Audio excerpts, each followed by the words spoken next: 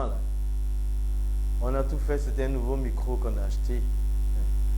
Mais il nous pose problème.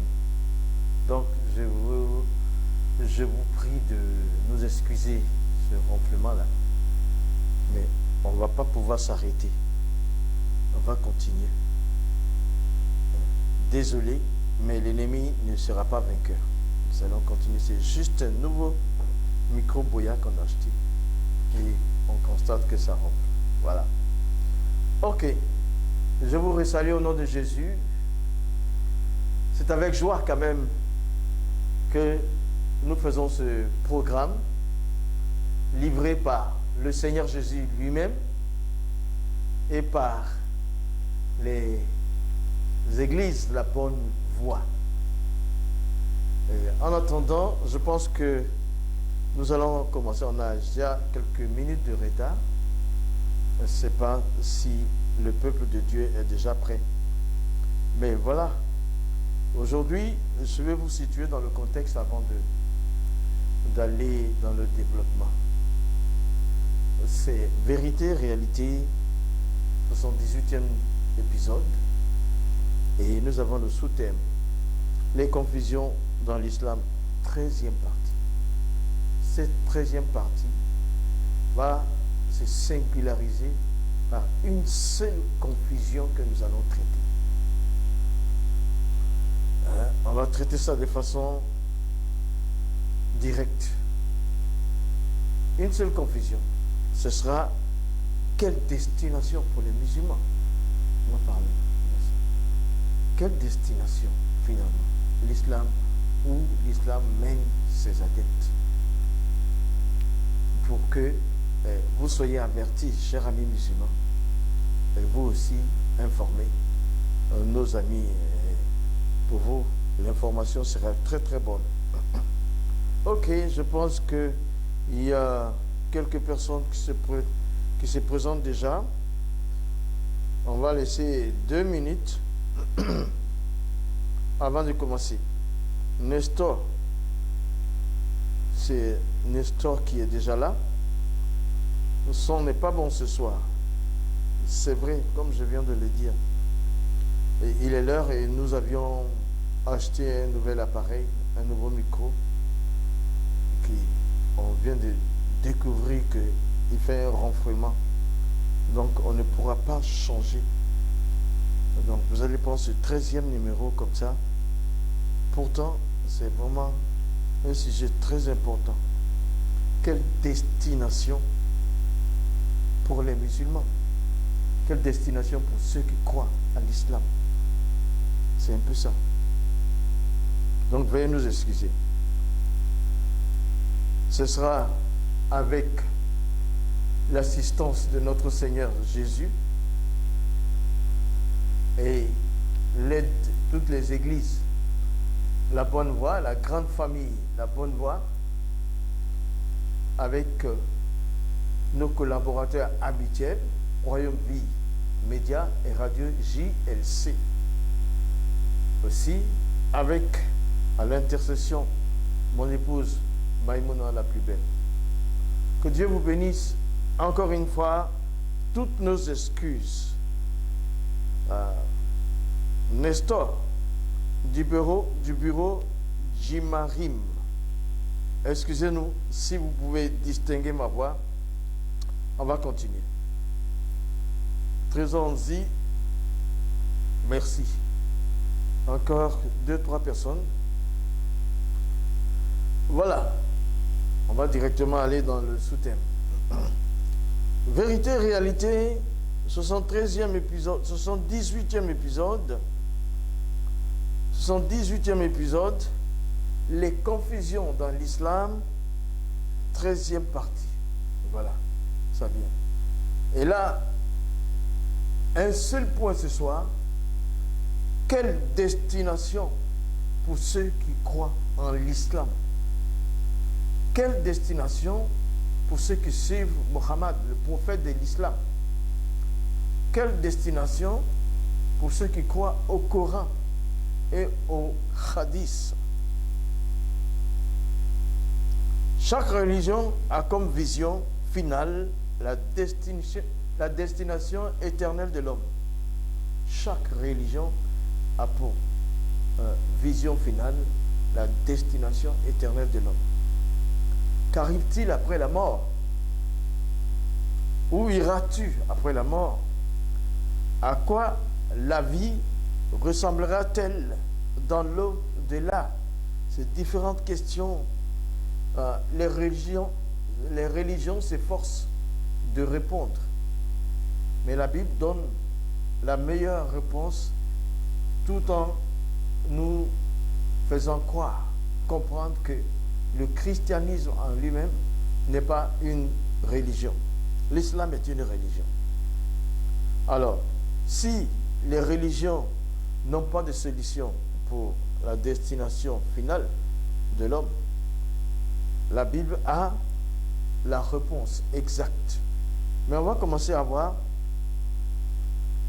comment peux-tu déterminer ta destination finale, si c'est le paradis ou l'enfer.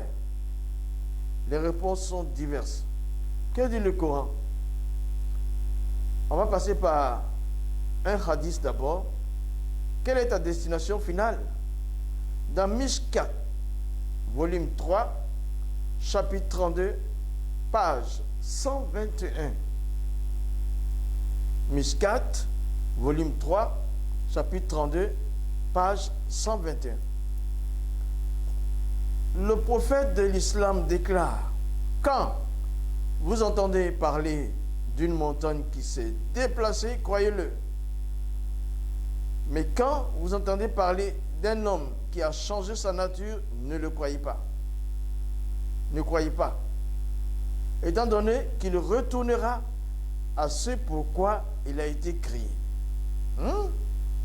Est-ce que je ne vais pas vous relire ça? Dans Mishkat, volume 3, chapitre 32, page 121. Il nous est rapporté que le prophète de l'islam déclare: quand vous entendez parler d'une montagne qui s'est déplacée, croyez-le. Mais quand vous entendez parler d'un homme qui a changé sa nature, ne le croyez pas, étant donné qu'il retournera à ce pourquoi il a été créé. Voilà. La remarque que je fais tout de suite, c'est que je vous propose un passage biblique. 2 Corinthiens 5, 17. Si quelqu'un est en Christ, il est une nouvelle créature. Les choses anciennes sont passées, voici toutes choses sont devenues nouvelles. Et tout cela vient de Dieu et qui nous a réconciliés avec lui par Christ et qui nous a donné le ministère de la réconciliation, car Dieu était en Christ, réconciliant le monde avec lui, en n'imputant point aux hommes leurs offenses. Il a mis en nous la parole de réconciliation. Nous faisons donc fonction d'ambassadeur pour Christ, comme si Dieu exhortait par nous. Nous vous en supplions, au nom de Christ, soyez réconciliés. Voilà, la Bible, elle dit, si quelqu'un est en Christ, c'est une nouvelle créature. Les choses anciennes sont passées, voici toutes choses sont devenues nouvelles. Or, dans Mishkat, là, le prophète de l'islam, il dit que les montagnes peuvent même se déplacer, mais l'homme ne peut pas changer, parce qu'il va retourner à ses vieilles habitudes. Mais nous disons que avec la Bible, Jésus, c'est possible. L'homme devient une nouvelle créature. Les choses anciennes peuvent passer et toutes choses peuvent devenir nouvelles. Alors, tout de suite, je dis que le premier point vient à Jésus, ce sera mieux. Voilà. Dieu peut changer des vies en Christ. Dieu peut le faire. Ce n'est pas une seule fois que c'est répété. On va voir d'autres hadiths. Risale Boukavi. Risale Boukavi, un théologien islamique bien connu, dit d'Allah: non seulement Allah peut faire n'importe quoi, mais il est réellement le seul qui puisse tout faire. Ainsi, quand un homme écrit, c'est Allah qui crée dans son esprit la volonté d'écrire. Au même moment, Allah lui donne le pouvoir d'écrire il guide sa main et le stylo, puis fait apparaître les signes sur le papier. Tout le reste est passif. Allah seul est actif. Est-ce vrai? C'est-à-dire, l'homme n'a pas de volonté. Il est guidé par Allah quand il crie. Quand il écrit. Et il n'a rien qui vient de lui-même. C'est Allah seul qui est actif. Quand tu prends ton stylo, que tu es en train d'écrire, c'est Allah qui écrit. C'est Allah qui parle. C'est Allah qui écrit. Ça veut dire que tu n'as pas de volonté, tu n'as pas d'opinion. Voilà. Est-ce que c'est vrai? Bon, on va continuer pour voir. Quelle destination pour le musulman? En arabe, le mot qadar ou takdir, en langage théologique, signifie ordonner d'avance. C'est donc ce qui est exprimé dans cette référence coranique ci-dessous, qu'on va lire tout à l'heure. Takdir, ordonner d'avance. Le mot qadar ou takdir, en langue théologique, signifie ordonner d'avance. On va voir ça dans la 9e sourate, verset 51. Il dit, rien ne nous atteindra en dehors de ce qu'Allah a prescrit pour nous. Et le notre protecteur est en Allah que les croyants doivent mettre leur confiance. Il dit ici que Allah a tout ordonné d'avance et que rien de nouveau ne peut s'y mettre. Rien ne nous atteindra en dehors de ce qu'Allah a prescrit pour nous. Et le notre protecteur, et c'est en Allah que les croyants doivent mettre leur confiance. Ok, c'est pas mal ça. Allah peut protéger, ok. Mais ici encore, on voit la directive. Si ce n'est pas lui, il n'y a rien d'autre. Ok, c'est pas grave trop ça. Mais le prophète de l'islam a déclaré dans une discussion entre Adam et Moïse, qui est rapportée dans le hadith suivant, Sahih Muslim, page 1396, 1398, page 1396 à 1398, Moïse discuta avec Adam. Vous voyez, cette affaire-là.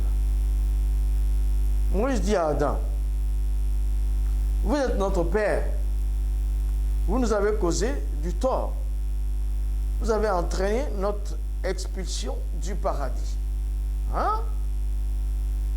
Adam lui répond, vous me blâmez pour un acte auquel Allah avait prévu que je participe 40 ans avant que je sois créé. Et l'apôtre d'Allah, Mohammed, dit, voici comment Adam triompha de Moïse. Il y a, dans la remarque, c'est grave. Il faut que je vous relise ça. Sahih Muslim, page 1387 jusqu'à 1398, Moïse discute avec Adam. Ah! Est-ce qu'ils ont vécu au même moment même? Entre Adam et Moïse, il y a des siècles qui séparent. Bon, voilà la discussion. Moïse attaque Adam. Vous êtes notre père. Vous nous avez causé du tort. Et vous avez entraîné notre expulsion du paradis. Adam lui répond, vous me blâmez pour un acte auquel Allah avait prévu que je participe 40 ans avant que je sois créé. Hein? Et l'apôtre d'Allah, Mohammed, dit, voici comment Adam triompha de Moïse. Donc, Adam a gagné. Mais déjà, on a une erreur chronologique. Donc, Adam dit que Allah avait prévu 40 ans qu'il allait désobéir pour engendrer le péché. Ça, c'est le Dieu encore de l'islam. Mais le Dieu que nous avons dans la Bible, il ne pousse pas quelqu'un au péché. Donc, Adam dit qu'il n'a fait que participer. Mais 40 ans avant lui, Allah avait prescrit déjà. Il avait déjà donné une destination, la faute. Et Adam dit, je n'ai été que participant. Je vais vous donner un autre hadith pour faire comprendre aux musulmans. Mais le Dieu biblique, il est mieux. Il n'a pas d'ombre de variation. Il ne va pas pousser quelqu'un au péché. Il ne va pas planifier le péché pour que quelqu'un participe. Dans un autre hadith, Abu Huraira a rapporté que l'apôtre d'Allah dit, Mishkat, volume 3, chapitre 32, paragraphe 6, page 104. Mishkat, volume 3, chapitre 32, paragraphe 6, page 104. En vérité, Allah a fixé la part d'adultère auquel un homme se livrera, adultère qu'il doit commettre, où il ne pourra aucunement y échapper. Hein? Allah a fixé la part d'adultère qu'un homme doit commettre. Et puisque Allah a déjà fixé, l'homme ne peut pas échapper à ça. Même s'il veut, il ne pourra pas échapper. Voilà, cher ami. Donc, tu as recommandé adultère un nombre de fois par Allah en tant que musulman. C'est Mishkat, volume 3, chapitre 32, page 6. Un paragraphe 6, page 104. En vérité, Allah a fixé la part d'adultère auquel un homme se livrera. Adultère qu'il doit commettre, où il ne pourra aucunement y échapper. Alors que les adultères ne vont pas au ciel. Donc, c'est quelle destination pour les humains croyant en l'islam? Allah a préparé un nombre d'adultères. Il sera un nombre de fois qu'il soit adultère. C'est pourquoi il faut abandonner cette religion. Il faut venir à Christ. Le Coran déclare, Sourate 16, 93, verset 93. Sourate 16, verset 93. Si Allah avait voulu, il aurait fait de vous une seule communauté. Mais il laisse s'égarer qui il veut et guide qui il veut. Et vous serez certes interrogé sur ce que vous faisiez. Sourate 16, verset 93. Si Allah avait voulu, il aurait fait de vous une seule communauté, mais il laisse s'égarer qui il veut et il guide qui il veut. Et vous serez certes interrogé sur ce que vous faisiez. Voilà. Il permet à d'autres de s'égarer et il guide certains. Mais pourtant, ceux qui sont dans l'égarement, qui ont été conduits à être égarés, que ceux dont Allah a refusé de guider, il va leur demander aussi des comptes. Si tu n'es pas guidé, tu vas vivre dans le péché. Et on va forcément te demander des comptes. Alors, quelle sera ta destination? Hein? C'est vraiment suivre cela, cher ami, ce n'est pas juste. Celui qui n'a pas été guidé, on ne doit pas lui demander des comptes. Mais on ne le guide pas et on guide d'autres. Et celui qui n'a pas bien fait parce qu'il n'est pas bien guidé sera aussi condamné. Hein? Parce que lui demander des comptes, ça veut dire qu'il sera condamné. C'est pas bon.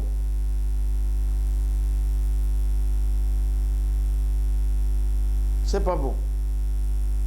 Alors là, il y a une remarque, on va faire attention un peu, parce qu'il y a eu deux tendances théologiques, deux types de doctrines, deux types de théologiens musulmans. Voici les deux tendances. Les premiers sont les Achariens. Les Achariens, ils disent que l'homme est nécessairement contraint d'agir comme il fait à cause des décrets éternels et immuables d'Allah. Voilà. L'homme est programmé déjà. Les Achariens disent. Les Achariens, ils disaient que l'homme est nécessairement contraint d'agir comme il fait à cause des décrets éternels et immuables d'Allah. Voilà. Et s'il tue, il doit tuer. Parce qu'il doit vivre pour tuer. S'il fait le bien, il doit vivre pour faire le bien. Allah a marqué déjà un décret éternel et l'homme doit subir ça. Car Allah, par sa volonté, peut admettre tout le monde au paradis comme en enfer. Donc voilà, il peut mettre tout le monde en enfer, il peut mettre tout le monde au paradis. C'est un décret qu'il a apporté. Ça, ce sont les achariens, des théologiens qui croyaient, achariens qui croient à cette doctrine. Mais l'inverse, ils sont deux. Le deuxième groupe, c'est les Moutazilites. Les Moutazilites raisonnant ainsi. S'il y a prédestination, à quoi servent les commandements, les interdits? S'il y a prédestination, à quoi servent les commandements et les interdits? Et ils ne croient pas à ça. Ils ne croient pas que tout soit programmé d'avance. Donc les deux tendances étaient là. Ils disent, mais s'il y a des interdits, pourquoi on interdit à un homme de faire ceci alors qu'on peut le mettre en enfer? On permet à celui-ci de faire cela, on peut le mettre au paradis. Hein? Voilà, c'est dit là. Donc les deux tendances sont opposées. Maintenant, mais le prophète de l'islam a tranché en s'appuyant sur la prédestination et sur le Coran. La Sourate 54, le verset 49. Nous avons créé toutes choses avec mesure. Et nous avons créé toutes choses avec mesure. Ça veut dire qu'il a tranché déjà. Et il est pour la prédestination. L'homme est programmé pour faire ce que Allah veut. L'homme est programmé pour aller soit au paradis, soit en enfer. Il dit, il peut mettre autant de personnes au paradis, comme il peut mettre autant de personnes en enfer. On va voir encore une référence coranique. Le Coran déclare une fois de plus, 6e sourate, 149, dit, l'argument décisif appartient à Allah. S'il avait voulu, certainement, il vous aurait tous guidés sur le droit chemin. Tu vois? C'est lui qui a l'argument décisif. Mais s'il voulait, il allait diriger tout le monde sur le droit chemin. La remarque, c'est que Allah a décidé de ne pas guider tout le monde sur le droit chemin. Il a décidé que certains seraient dirigés sur le droit chemin et d'autres l'inverse. C'est pourquoi, en tant que musulman, vous ne pouvez pas connaître votre destination. Voilà ici, le prophète de l'islam confirme cette thèse avec Mishkat encore, le volume 3, le chapitre 32, page 117. Mishkat, volume 3, chapitre 32, page 117. En vérité, le Tout-Puissant est glorieux. Allah a fixé 5 choses pour tout homme dès sa création. La fin de sa vie, ses faits et gestes, son lieu de repos, ses déplacements et ses provisions. Allah les a fixés d'avance. Il a fixé la fin de sa vie. Ok. Ses faits et ses gestes. C'est-à-dire, s'il fait un mauvais geste, c'est fixé par Allah. S'il fait un bon geste, c'est fixé par Allah. Son lieu de repos, pas de problème. Ses déplacements, pas de problème. Ses provisions, pas de problème. Mais s'il va poser une action de péché, c'est programmé par Allah. S'il pose une bonne action, c'est aussi programmé par Allah. Et tout ça, ça va jouer demain sur la balance. Quelle destination aura-t-il? Il ne peut pas savoir où il ira. C'est que des grosses confusions. Des grosses confusions. C'est grave. C'est dans l'Authentique Bukhari, volume 9, livre 87, numéro 147, 1145. L'Authentique Bukhari, volume 9, livre 87, numéro 145. L'histoire a été racontée par Khadija bin Zaïd bin Thabit. Mohammed visitait une famille musulmane qui venait de perdre un proche. Une femme s'adressa au défunt, disant: qu'Allah ait pitié de toi, je te montre qu'Allah t'a honoré. Mohammed, le prophète de l'islam, lui posa la question suivante: comment sais-tu si qu'Allah l'a honoré, car le mort même ignore son sort? Il reprend la parole pour dire: je suis moi-même le messager d'Allah, mais j'ignore ce qui m'arrivera, tout comme toi. Ça, c'est grave, mais c'est dans la droite ligne. Allah peut sauver qui il veut, il peut égarer qui il veut. Même le prophète de l'islam lui-même, il dit: la pauvre femme, elle a perdu un bien-aimé. Et elle parle pour encourager la famille. Une femme s'adresse au défunt. Et même là encore dans l'islam, elle parle aux morts. Elle dit: qu'Allah ait pitié de toi, je te montre qu'Allah t'a honoré. Alors l'oreille du prophète est là. Et le prophète entend. Il pose la question à la femme, la parente: comment sais-tu qu'Allah l'a honoré? Comment est-ce que tu le sais? Elle ne peut pas savoir, elle le dit, elle espère, elle encourage. Et il vient, il dit: car le mort lui-même, il ne sait pas. Il est mort là, il ne sait pas où il s'en va. Il a vécu sa vie, mais il ne sait pas où il va. Je ne sais pas combien d'années de vie il a fait, et combien de fois il a suivi l'islam, mais là, il ne sait même pas où il va. Il ne sait pas quelle sera sa destination, le paradis ou l'enfer. C'est le prophète de l'islam qui témoigne cela. C'est Khadija bin Zaïd bin Thabit qui l'a dit, une de ses femmes. Alors le prophète de l'islam, pour confirmer ça, il dit: moi-même, je ne sais pas où je serai. Il dit lui-même, en tant que prophète: je suis moi-même le messager d'Allah Ta'ala, mais j'ignore ce qui m'arrivera, tout comme toi. Il ne faut pas suivre quelqu'un qui ignore sa destination finale et qui est ton leader. C'est pourquoi vous dites toujours, Mohammed sallallahu alayhi wa sallam, que la paix soit sur lui. Parce que ce n'est pas certain. Quand il parle comme ça, après vous allez dire, ce hadith il est daïfa, mais c'était un hadith authentique.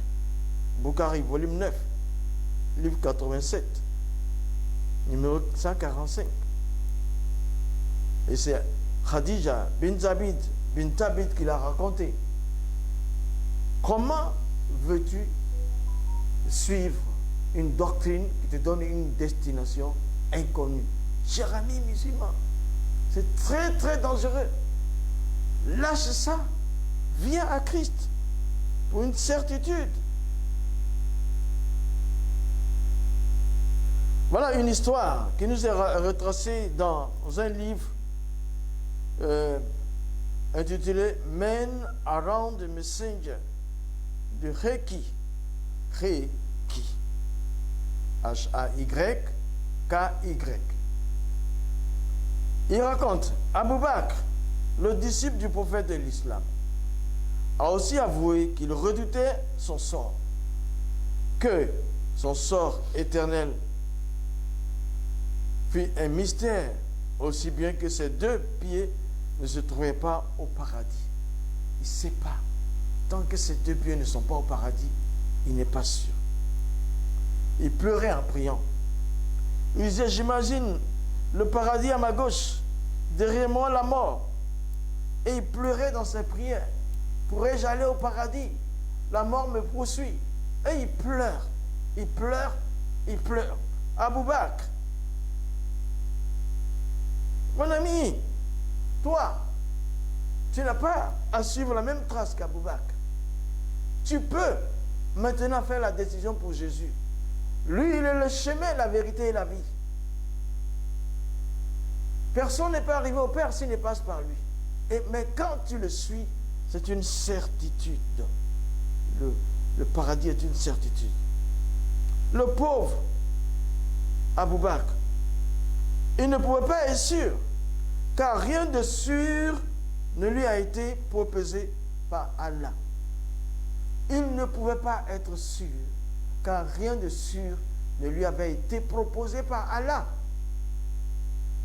Donc toi, regarde, on va voir encore Sahih Muslim, le livre des aspects du jour de la résurrection, du paradis et de l'enfer. Le hadith numéro 5036. C'est Muslim qui nous propose ça. Il dit, l'envoyé d'Allah a dit, nul ne sera sauvé de l'enfer grâce à ses œuvres. Alors, quelqu'un lui posait la question, même pas toi, ô envoyé d'Allah, lui demanda-t-on. Il répondit, même pas moi, répondit-il, à moins que Allah m'accorde sa miséricorde. Mais vous devez suivre quand même le droit chemin. Hein? Quand même on suit le droit chemin, on n'est pas sûr d'y arriver, d'arriver au paradis. C'est grave. Et le messager d'Allah, l'apôtre d'Allah, le prophète de l'islam qui dit qu'on ne peut pas être sauvé de l'enfer grâce à ses œuvres, alors que dans la sourate 101 au verset 6, il est écrit qu'il y aura des balances qui seront érigées. Celui qui fait plus de bonnes actions sera sauvé. Si même tes actions bonnes sont petites ou mauvaises, ce sera connu. Comment alors?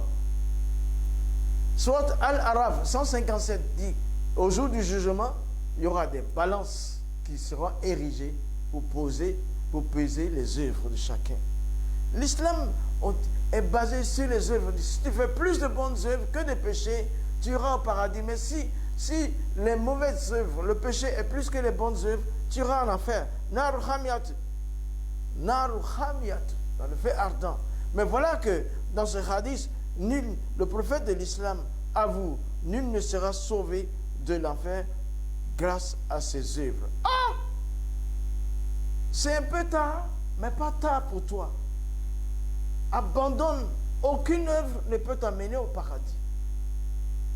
Même pas toi, ô envoyé d'Allah, lui demanda-t-on, il répondit, même pas moi, répondit-il, à moins qu'Allah ne m'accorde sa miséricorde.